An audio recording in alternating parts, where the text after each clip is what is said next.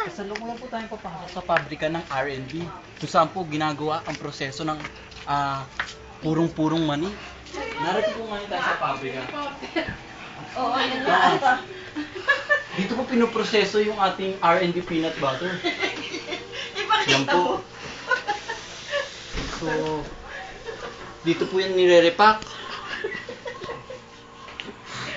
Ibali itong R&D po, kung inyo pong isa-search sa internet, nakakagaling daw to ng mga certain diseases like liver cancer,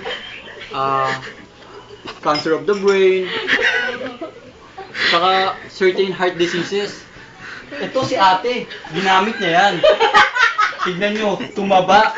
Dati kasing payat ko lang yan. Oh, ngayon taba niya na.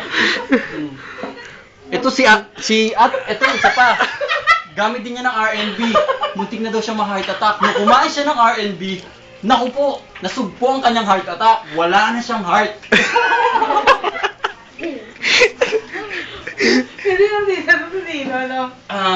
So, mga kababayan kong Pilipino, R&B, murang-mura, hindi mabigat sa bulsa, gamot sa inyong mga lumalalang sakit, bili na, 100 lang.